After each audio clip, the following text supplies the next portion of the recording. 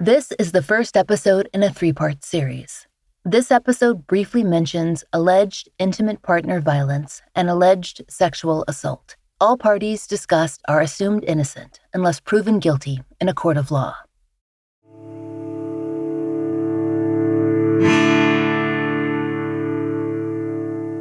This is The Fall Line.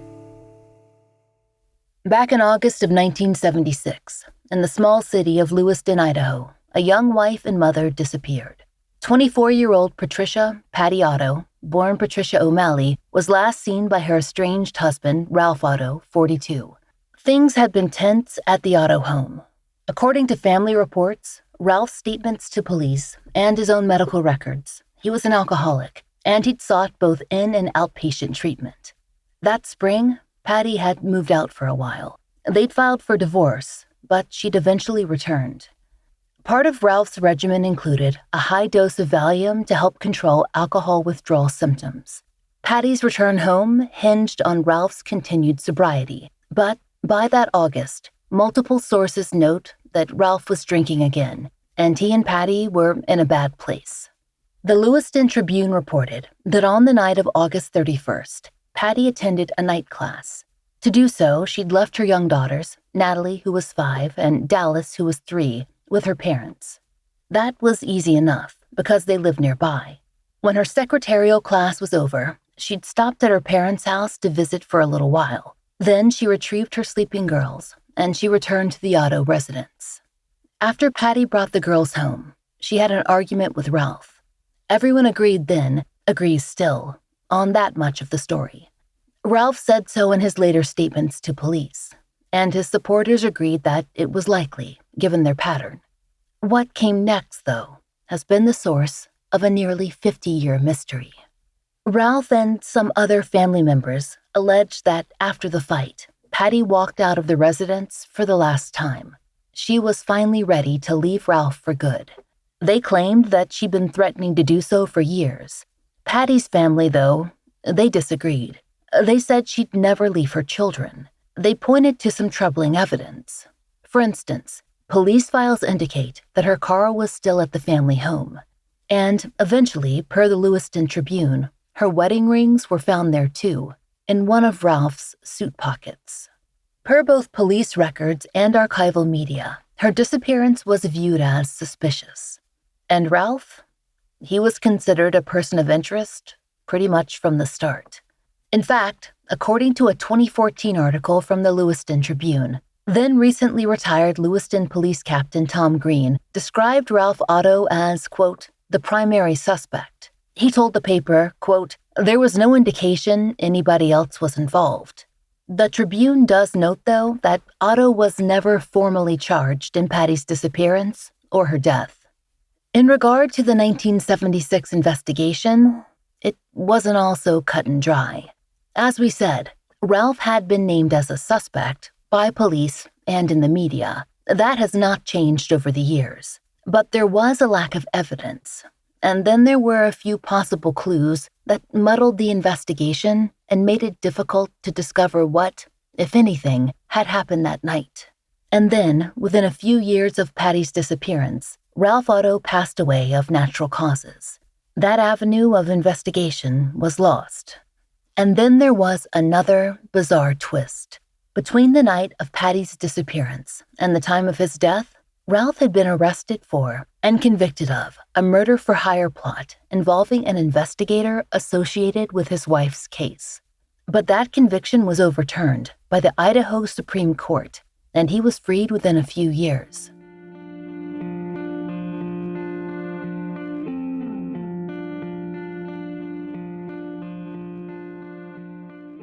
Just 2 years after Patty's August 1976 disappearance, and about 130 miles away, the partial skeletal remains of a woman were found in Elgin, Oregon.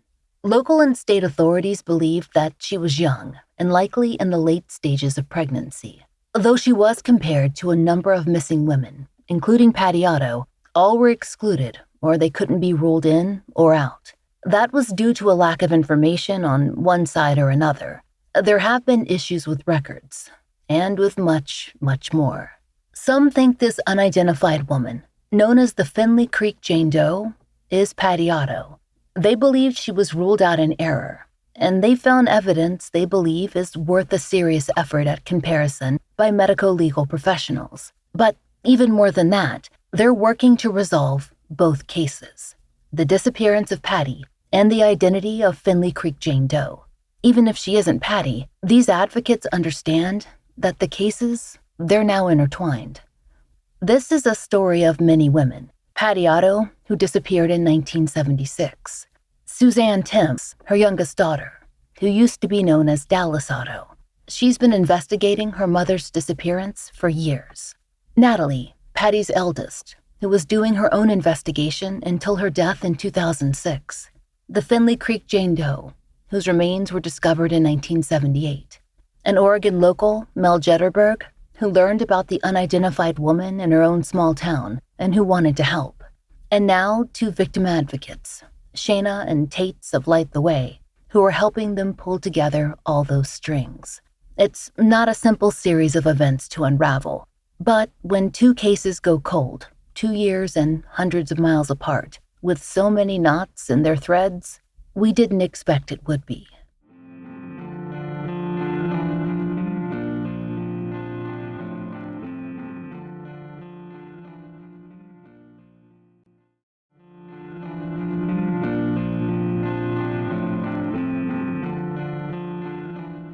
We first became aware of Suzanne Timms, formerly Dallas Otto, through TikTok. As we said, she's Patty's youngest daughter.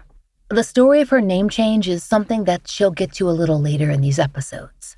When we found her for the first time, it was because she was talking about her mother. For months, she'd been posting videos under the account Patty's Voice. In the vein of other family member advocates like Sarah Turney and Julie Murray, Suzanne had decided to try and get Patty's story out to the wider public. And it worked. We saw her in the algorithm. It did not start out that way for Suzanne. For a long time, she'd thought her mother ran away. That's not surprising. She was only 3 in 1976, and that's the story she was told. She had some memories that disturbed her, but she says those were dismissed as dreams. And she mostly believed that assurance until she was a teenager. That's when she and her older sister Natalie, they got access to the police files.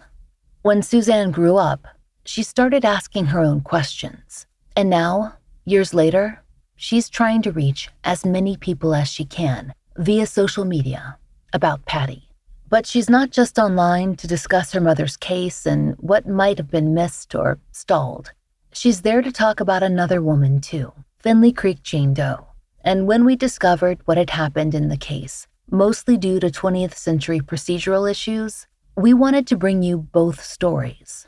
Because, as we said, they're intertwined, and they both need to be solved. To tell you the stories, we need to begin in Idaho, with Patty and with Ralph.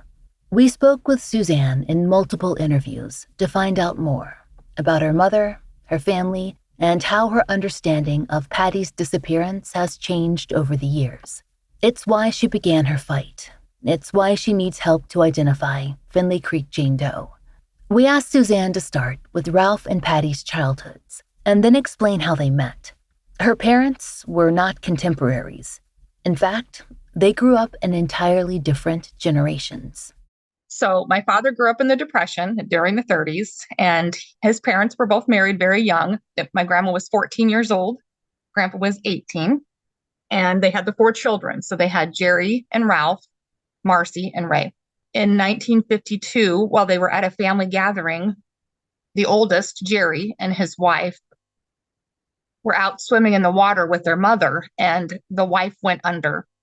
She got caught in a little eddy, and Jerry went to grab her, and his mother was also being pulled in, and he was able to grab her and push her out of the eddy as grandma got pulled in, grabbed her and pulled her out, and Jerry went under.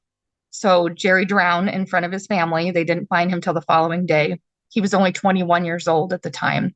He had just had an 18-month-old baby. It was traumatic for the family. My grandmother did not handle it well.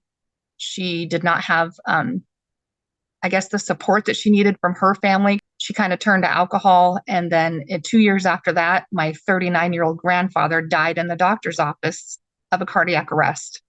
So here grandma's not coping well with losing Jerry and then loses her husband. So my father at the time is like a 16-year-old kid, and he feels pressured that he needs to also be the man of the house now because the oldest brother has died and his father's died. So my dad is trying to work and support the family. And I think that's where my father's drinking problems started, right at a really young age. Some of these were stories that Suzanne grew up hearing, but others she didn't really understand until much later, until she was living with her dad's sister Marcy and her uncle Bud, or even when she began her own research. She tells us that when she and Natalie got copies of all those police files, which include 1,000 or so pages of reports, interviews, and court documents, it painted a more complete picture of her father than she'd ever really had before. One thing Suzanne told us was that her father was involved in many romantic relationships throughout his life, whether or not he was married at the time. And she says that he did what he wanted, whether or not it was necessarily legal. So my dad was kind of an old soul, I think, and he always thought that he was like this outlaw, and he liked to do interesting things like drag racing, and he would learn how to rebuild these old cars and they would soup them up. He found out that he could make a lot of money doing this mechanic work as a side job. And so he was known to have money because, think of it, at 16 years old, he's purchasing his parents' home for like $5,000, back in that time. He's buying a home, and he liked to show off that he had money. He liked to drink and party, and he would have parties at the house. They would have music. It felt like he was born in the wrong era because he wanted to be this outlaw cowboy, this, I don't know, almost like a gangster kind of personality, that he just wanted to be known as having money and being wealthy and living on the edge. He would brag about things like stealing things, which was really strange to me because if you have money, why are you going to brag about stealing? But it was an adrenaline rush to him to steal things. Did you get the sense that he wanted to be a little notorious? Yes, a bad boy, a notorious bad boy. He wanted that. I don't know why, but he wanted that vibe. If he wanted to do something wild and crazy, Ralph was going to be the one to do it. It was very different for Patty O'Malley. If Ralph had chaos, she had structure. That's what her friends and sisters have told Suzanne. And then my mom, on the other hand, she grows up in a very strict Catholic home.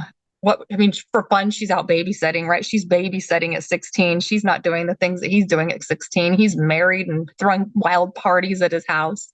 My mother, a very different family. She was born in the 50s, and her father was a firefighter.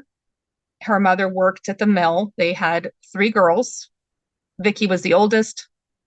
My mother, Patty, was in the middle, and then Alice is the youngest daughter. And then they had Tommy. So there's 4 children as well. But different family dynamics. They actually lived just up the street from Ralph and Joy. So my dad and his first wife, they lived up the street. When Dad divorced Joy in 1966, he had moved in another woman who he was helping her out. That can get a little confusing if you don't know the story well. What Suzanne just explained was that when her dad Ralph was around 30, he and his first wife Joy, they divorced. After that, one of his former girlfriends, Bonnie, she moved into the house for a little while. Suzanne says that it was not a romantic situation. Bonnie just needed somewhere to stay for a while to get back on her feet. She was a single mother to 5 children, and Ralph was generous. He actually continued to help Bonnie support her children long after she moved out. But while she was living there, they needed some help with the kids. Patty, then a teenager, she was a known babysitter in the neighborhood. So these children needed a babysitter, and they would call Patty to come babysit while Dad took Bonnie out on the town, and they spent time together. And that's how my father met my mother. He was babysitting when Bonnie moved out in 1968. So when my dad started having her clean the house, he had a Thunderbird car, and he would let her drive the car. So I think my mom became a little interested in that feeling of, oh, look at this, I've got a car. He would buy her expensive clothing. He would spoil her with things like that. Soon, it developed into a romantic relationship. We're told that Ralph was popular with women. The police files contain multiple interviews that state he was carrying on long-term affairs that allegedly included relationships with the wives and girlfriends of both friends and relatives. And on another very serious note, there's also record of a police interview conducted after Patty's disappearance that mentions an alleged violent sexual assault. This assault allegedly took place years prior, and it was not reported to law enforcement until that interview. We won't go into any more detail to protect the privacy of the survivor, but according to the survivor, that information was not shared with friends or family. It's not something Patty would have any knowledge of. She knew Ralph as a relatively wealthy man from the neighborhood, someone who was nice to her.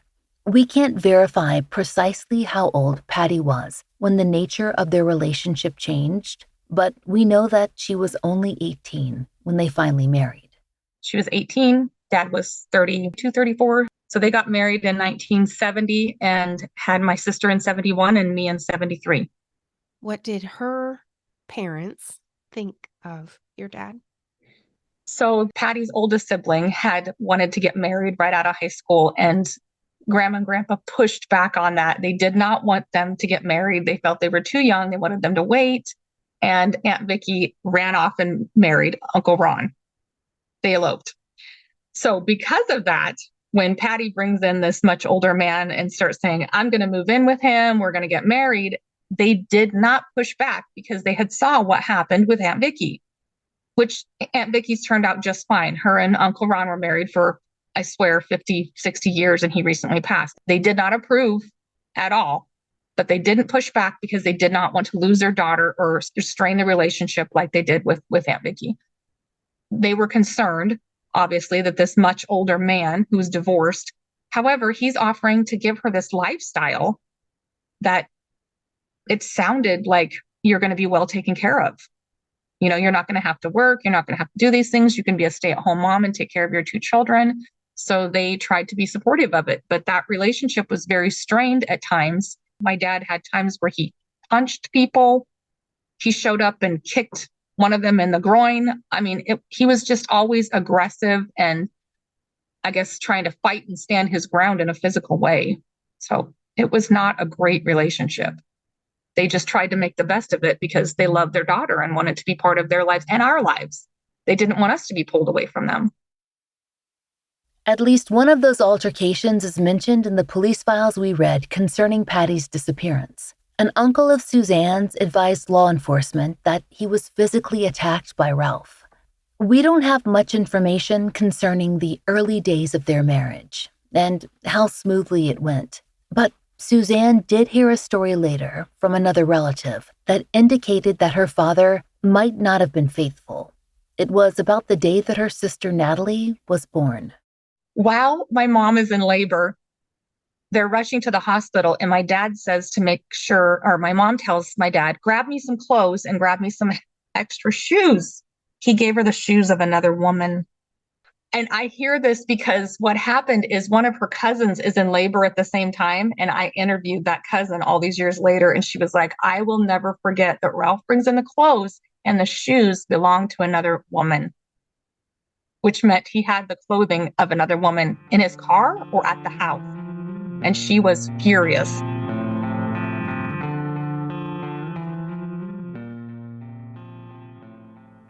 Because she was so young when Patty disappeared, it's hard for Suzanne to get a clear picture of what their family life, all four of them together, what it might have been like.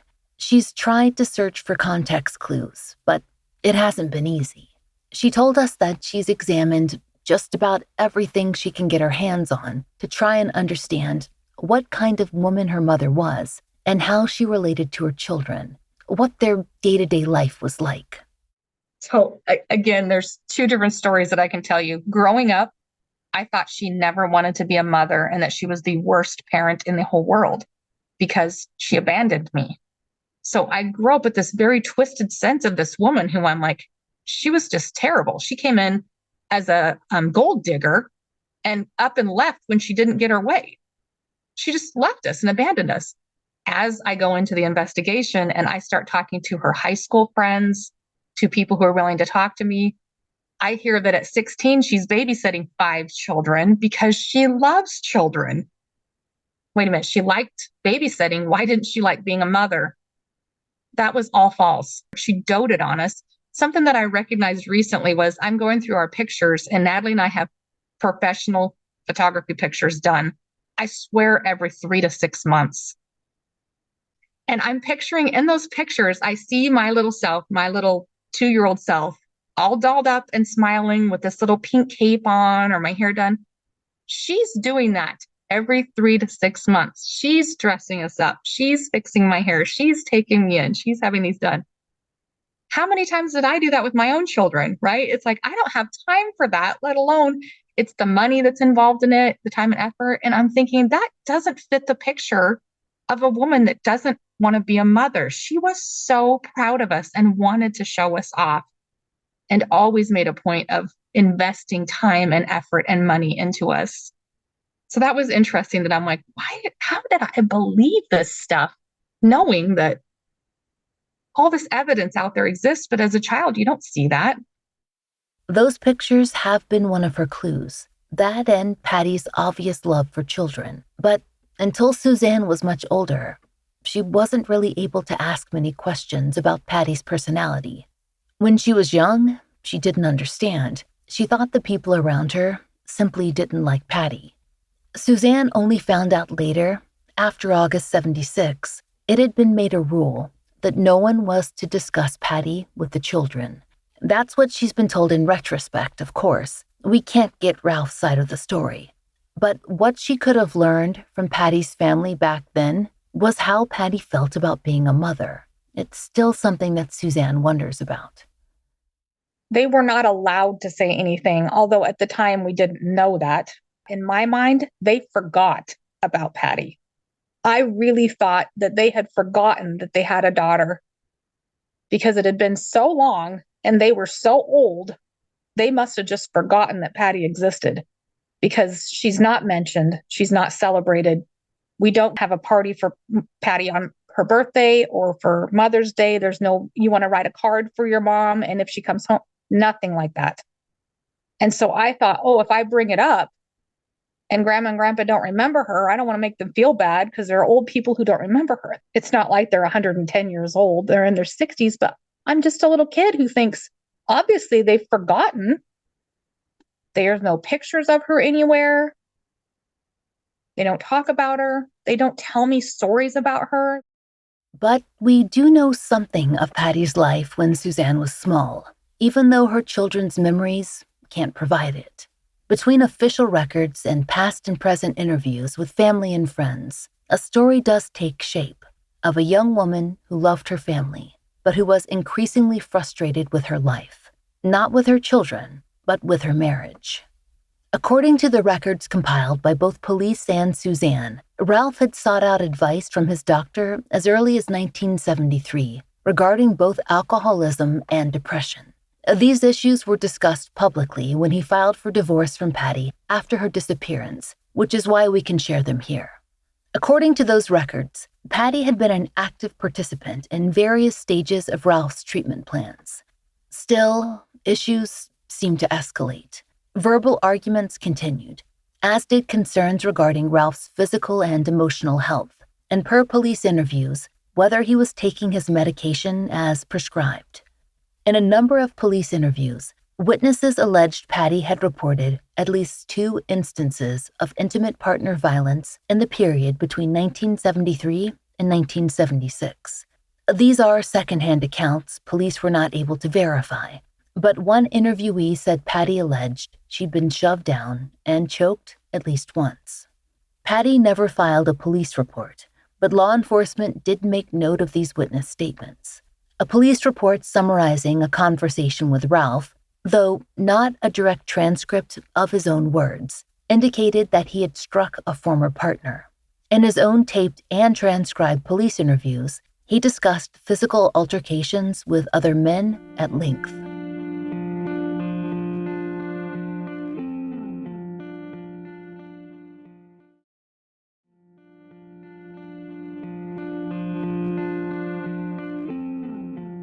A consistent thread of conflict that ran through Ralph and Patty's marriage was infidelity. It's something you heard Suzanne mention when she told the story of the day her sister Natalie was born. The files she shared with us contain mention of numerous alleged and confirmed, by at least one person involved, affairs involving Ralph Otto. It was something that Patty was upset about. Per witnesses, she mentioned the affairs more than once. But Ralph, he was primarily concerned with the single relationship we know that Patty had, one she was briefly involved in when they were legally separated in the spring of 1976.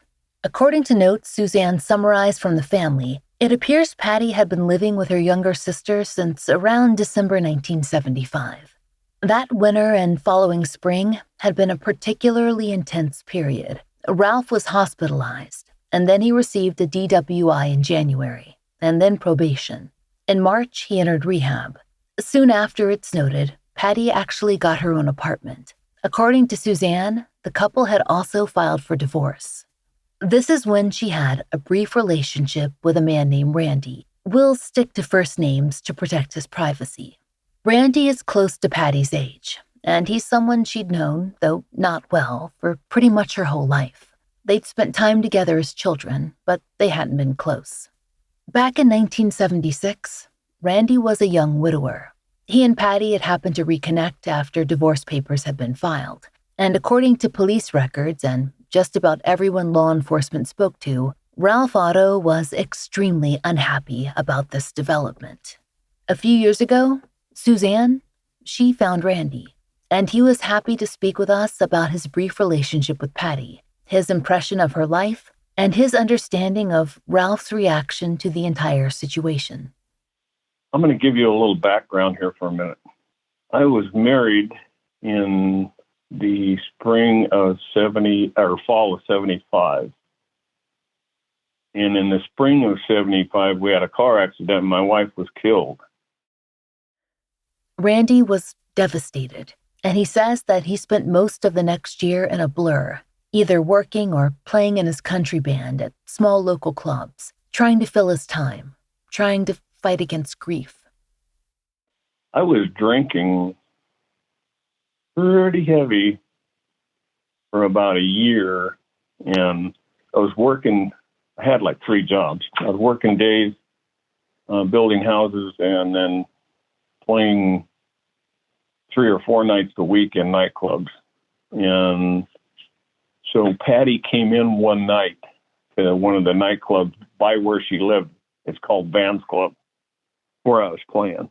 And we kind of reconnected there. Was Patty a music fan? You know, she was.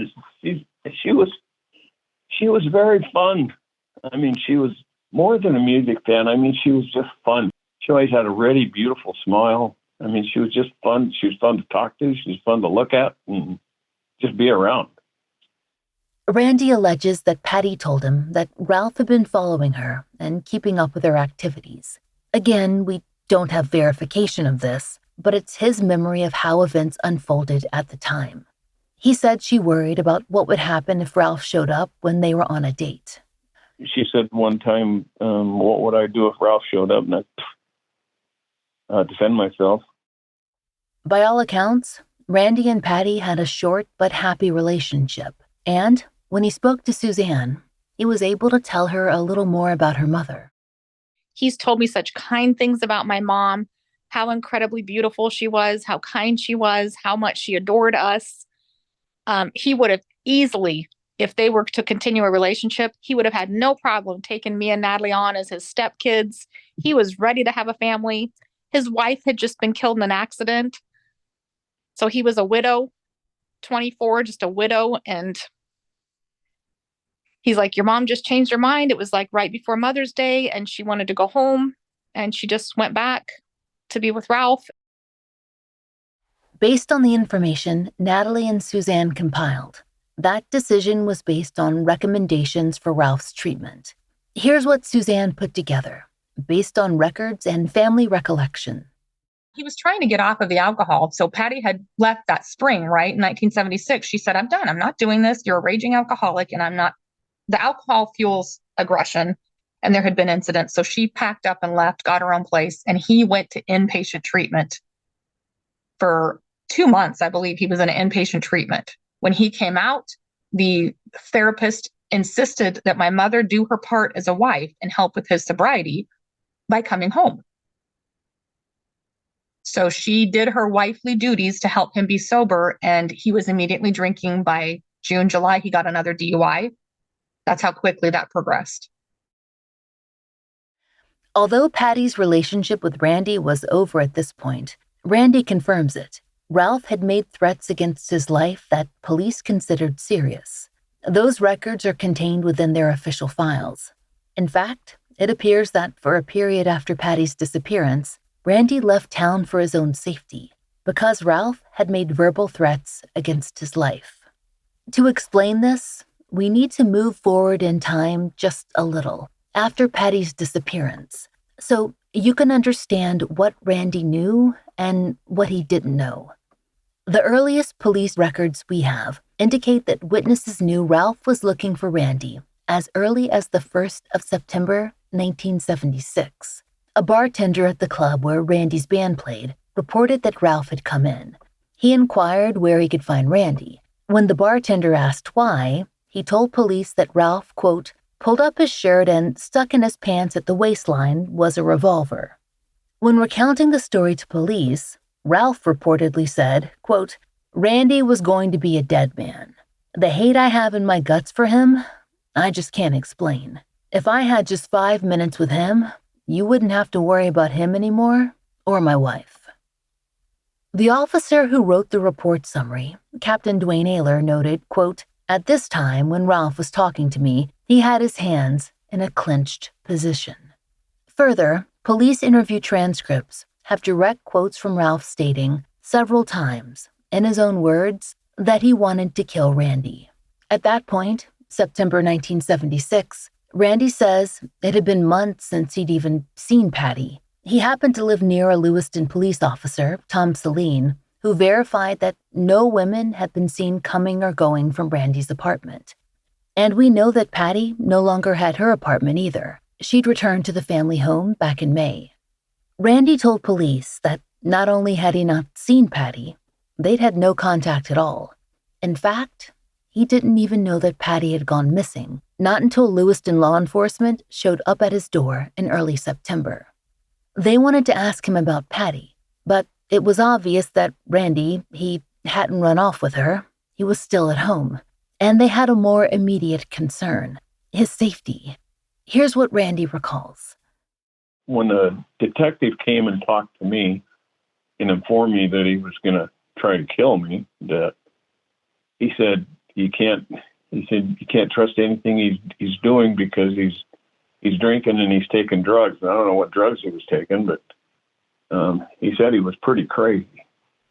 Per police files, Randy was advised to leave town for a while for his own safety. He did, but even when he returned, Randy said there were still concerns. When his band played shows, he was a potential target.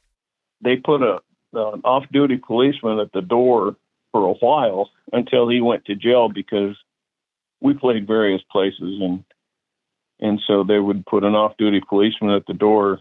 So, because when you're on stage and the lights are in your eyes, you can't see nothing, and so they didn't want me to be shot off stage, and so they would have a policeman at the door in case he came in.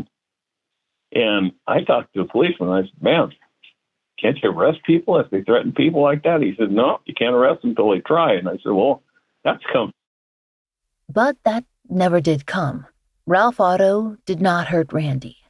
The events that unfolded before and after Patty's disappearance, perhaps they played a part, and we'll go through all of those. But something that Randy remembers from the last time that he saw Patty is perhaps more important than he could have ever known. It was around May of 1976, just before she returned home. She asked me what I'd do if Ralph showed up, and I said, "Well, I guess we'd be in a fight." At that point, I thought she was getting a divorce, and she was wearing that blouse with the little red hearts or ducks or whatever it is on it. She was wearing that, The blouse is what stuck in his memory, and that's interesting for two reasons. On the night she disappeared, Patricia Otto was wearing that same shirt, a white sleeveless top with tiny red print, along with red pants. Randy didn't know that, of course, and he wouldn't know that 2 years later, 2 hours away, the skeletal remains of a woman would be discovered wearing the remnants of clothing that seemed strikingly similar, a white sleeveless blouse with a tiny red print and red pants. If you have any information regarding the disappearance of Patricia Otto, please call Captain Jeff Clone at the Lewiston Police Department at 208-746-0171. Next time on The Fall Line, we begin with the night of Patty Otto's disappearance and what came in the days after, Ralph Otto's arrest and conviction for a different crime, and what happened to Natalie and Suzanne after their mother's disappearance, and what Suzanne and her family have gone through in the years since, as she's attempted to investigate her own mother's disappearance. Thank you for listening. The Fall Line is an independent podcast, and we appreciate listener support. It allows us to do research, obtain FOIA, and pay our content advisors, and support and donate to the causes we care about. If you try out the products we advertise, please use our sponsor codes. It really helps. And please take a moment to rate and review our show on your podcast app of choice. My book, Lay Them to Rest, which covers years of my life working on a Jane Doe case and the world of forensic scientists who resolve unidentified persons cases, is out everywhere as hardcover, ebook, and audiobook, read by me. You can order it anywhere you get books and through your local library. Find out more in the link in our show notes. If you'd like to support the show and the stories we cover, join us on Patreon or Apple Premium. 100% of our Patreon and Apple Premium earnings are supporting our Family Therapy Fund and actively paying for therapy for families who've appeared on the show. On Patreon, you can get early release, ad-free versions of our regular episodes for $5 a month. If you prefer Apple Premium, you can subscribe there as well. On Patreon, we also post occasional giveaways, updates, and blogs, which all patrons can enjoy, starting at just $1. The Fall Line is written, hosted, and researched by Laurah Norton, with additional research by Brian Waters. Interviews by Brooke Hargrove. Produced, engineered, and scored by Maura Curry. Content advisement by Brandy C. Williams and Vic Kennedy. And, as always, our most special thanks to Liz Lipka.